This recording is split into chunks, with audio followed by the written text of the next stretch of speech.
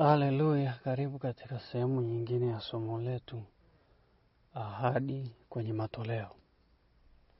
Mungu anasema nini kuhusiana na kutoa?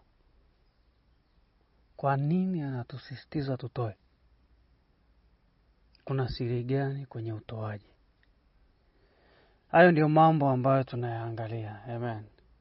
Najua watu wanalazimishwa kutoa kwa sababu hao wanaolazimisha hawaelewi waseme nini. Wanachosema tu ni toa ubarikiwe. Hawana mifano, hawana sehemu ambapo wanawaonyesha watu kwamba Mungu amesema nini. Wanachojua ni kwamba usipotoa unalaaniwa, ukitoa unabarikiwa. Ukishaanza kuzungumza habari ya laana, hata ukija kuzungumza habari ya baraka, kinachobaki kwenye akili za watu wengi ni kile ulichoanza kuzungumza, laana. Amen. Tunachotakiwa kufanya ni nini? Ni watu wajue umuhimu wa kutoa. Watu waelewe kwa nini wanapaswa kutoa. Kuna faida gani? Kuna siri gani ipo ndani ya utoaji? Kwa nini neno limezungumza sana? Amen. Okay. Leo tupo katika kitabu cha Filipi mlango wa 4. Nitakupa tu story kidogo kabla sijaingia kusoma. Paulo alipoanza injili, Mungu aliwaandaa wa Filipi kwa ajili ya kumsapoti Paulo. Amen. Unajua watu wengi wanadhani kuwa mchungaji, kuwa mwinjilisti, kuwa sijui mtume nabii, kuwa mwalimu wa neno, wanafikiri hiyo sio kazi. Na haijaanza leo. Tangu zamani. Ndio maana alipokuwa Thesalonike, Paulo ilibidi afanye kazi. Si kwa sababu ndivyo inavyotakiwa, ni kwa sababu watu waliona anachokifanya sio kazi. Kwa nini asifanye kazi? Kwamba kuhubiri injili si kazi. Kwa sababu watu wanafikiri unahubiri kutokea kwenye mtu yote anaweza tu kuhubiri akishika Biblia. No. Lazima uwe kwenye maombi, lazima uwe ni mtu wa kuomba, lazima ni mtu wa kukaa na kujifunza. Kwa hiyo kila siku ni unaomba, kila siku unakaa kujifunza, kila siku ni kuombea watu kwa ajili sio yako mwenyewe, kwa ajili ya watu wengine.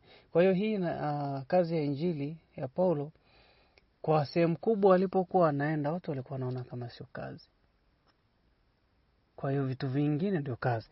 Amen. Haleluya.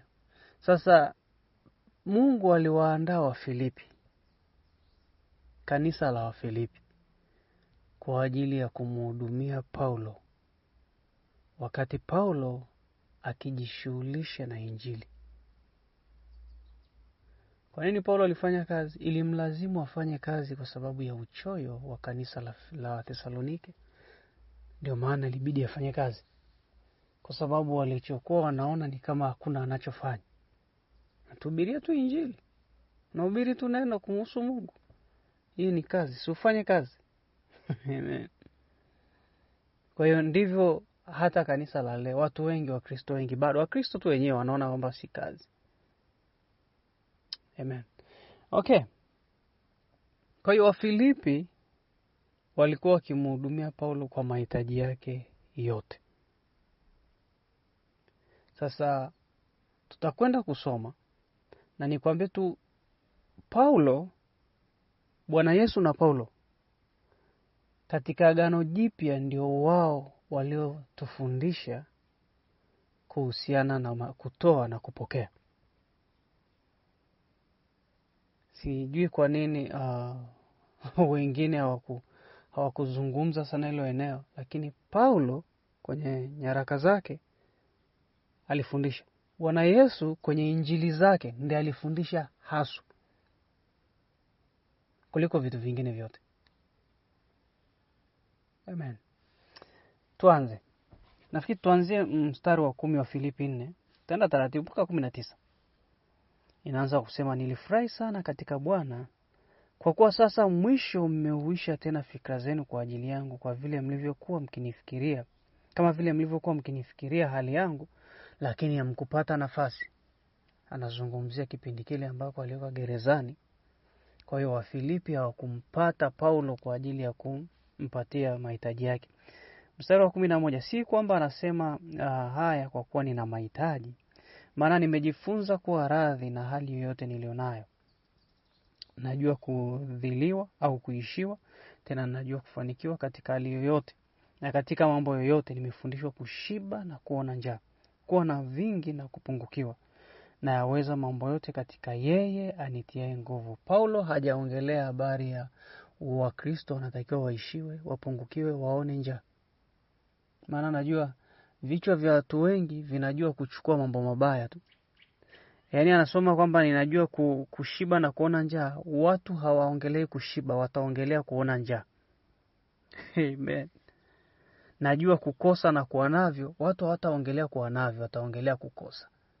Ndio akili za watu wengi zinavyokuwa. Wanachukua kile kibaya afu ndo wanazungumzia. Hatujaambiwa kwamba haya ndo maisha yetu.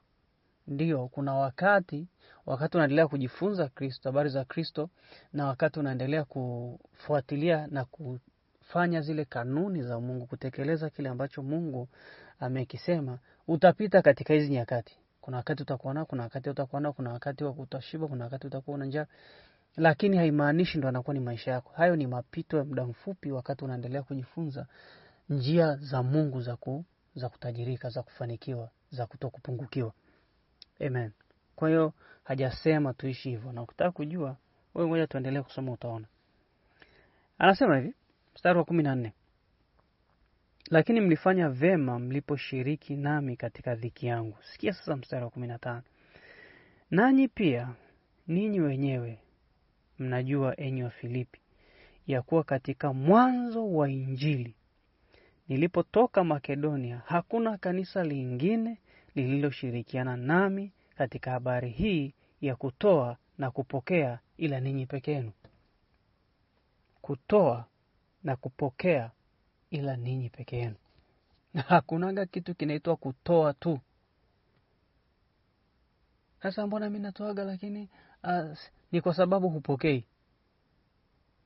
Ni rahisi. Umetoa kabla hata hujatoa. Una matoleo yako. Una sadaka, sijui ni mchango, sijui kitu gani. Kabla hujaupeleka, huwa unaufanyia nini? Huwa unaomba. Amen. Kwa sababu pale kwenye kuomba ndio sehemu ya kupokea sasa. Hallelujah. Usipoombea ina maana hautakuwa na imani ya kupata chochote. Mfano ni fungu lako tuseme la 10. Baba, kwa jina la Yesu Kristo, neno limesema kupitia fungu la 10 ni kujaribu nione ukinifungulia madirisha ya mbinguni na kunimwagia baraka mpaka nikose mahali pa kuweka. Na utamkemea yule ambaye anakula mazao yangu, yani shetani. Mkononi mwangu nina fungu la 10. Ninalitoa sawa sana Malaki 3:10 na 11. Ninakujaribu kupitia fungu hili la 10. Nione vile ambavyo unanifungulia madirisha ya mbinguni na kunimwagia baraka. Nione vile ambavyo nitakuwa na fedha nyingi kiasi kwamba nikose mahali pa kuweka. Nitakuwa na mali na utajiri mwingi kiasi kwamba nikose mahali pa kuweka. Nione shetani akikemewa na kuondoka kwenye kazi za mikono yangu, afya, hiki na kile na kile. Ukiwa unapeleka ukiwa una matarajio ya kwamba kuna kitu Mungu anaenda kufanya, baraka zake zinaanza kufurika kwenye maisha yangu. Kwa hiyo ukishatoa unasikia raha kwamba kuna kitu sasa, mambo yanabadilika. Unakuwa una matarajio. Amen. Yeah. Unampa mtu kitu na sababu ninampa huyu fulani hichi. Kwa sababu neno limesema wapeni watu vitu. Na chochote utakachopanda tutavuna. Na mimi ninatoa fedha hii, ninaamini ya kwamba nami nitapewa fedha na watu kwa kipimo cha kujaa, kushindiliwa, kusukosuko na hata kumwagika. Kwa hiyo ukishatoa unakuwa na matarajio ya mavuno. Sasa kwa sababu watu hawaziombei sadaka zao, hawana matarajio yote, hawawazi kwamba nitapata. Hawana chochote wanachokiwaza. Hauwezi ukatoa kwa Mungu usipokee. Hapa anasema kutoa na kupokea. Mmeshirikiana na mimi katika kutoa na kupokea. Kisa cha watu wengi kwamba hawapendi kutoa ni kwa sababu hawajui kuna kupokea. Hawajui kwamba hicho walichopanda ni mbegu, wanatakiwa wavune mazao, wapate mazao. Kwamba nimetoa fedha na mimi natakiwa nipate fedha nyingi zaidi. Kwa sababu kama tungekuwa tunajua hili, ina maana watu wangekuwa watoaji haswa. Kila mtu angekuwa na kiu ya kutoa. Kila mtu akipata kitu anatamani tu kutoa. Lakini sasa hivi kila mtu akipata kitu anatamani kuficha. Kwa nini? Kwa sababu hajaambiwa ukweli kwamba unapotoa ndipo hiyo uliotoa inaenda kuzalishwa na wewe unapewa mavuno mengi. Hawajaambiwa. Wanaambiwa kutoa ni kwa lazima, mtolee Mungu. Wengine wanadanganywa kwamba fungu la 10 ni deni. No, Mungu hakudai kitu wala wewe umdai kitu. Amen. Unatoa kwa imani, kwa kupenda, sio deni. Haleluya. Ukianza kutoa kama ni deni, hautakaa uone hizo baraka za fungu la 10. Ndio maana watu wanatoa kidogo kwa sababu wameambiwa ni deni. Kwa hiyo ni kama wanamlipa Mungu. Sio malipo. Sio deni. Kila kitu unafanya kwa kupenda. Hauwezi ukasema nalipa deni kwa kupenda. No, deni nalipa kwa lazima. Haleluya. Okay. Turudie mstari wa 15, tusonge mbele mpaka 19. Nanyi pia ninyi wenyewe mnajua enyi wa Filipi ya kuwa katika mwanzo wa Injili nilipotoka Makedonia hakuna kanisa lingine liloshirikiana nami katika habari hii ya kutoa na kupokea, ila ninyi peke yenu. Kwa kuwa hata Thesalonike mliniletea msaada wa mahitaji yangu wala si mara moja. Nakumbuka kule aliposema asifanya kazi na asile. Wale jamaa pamoja na Wakorinto ndio watu ambao wao walikuwa wanajiuliza kwa nini asifanye kazi. Kwa sababu walikuwa wanaamini kazi ya Paulo ya kuhubiri Injili, ya kumhubiri Kristo sio kazi. Anatakiwa afanye kazi. Ile anayofanya si kazi. Na ndio hivi watu wengi wanavyodhani. Kwa hiyo Wafilipi walipeleka misaada kwa Paulo. Fedha, mavazi na vitu vingine, vitabu na hivyo. Makaratasi ya kuandika, yalikuwa makaratasi kabisa, yalikuwa ni ngozi. Walikuwa wanampelekea.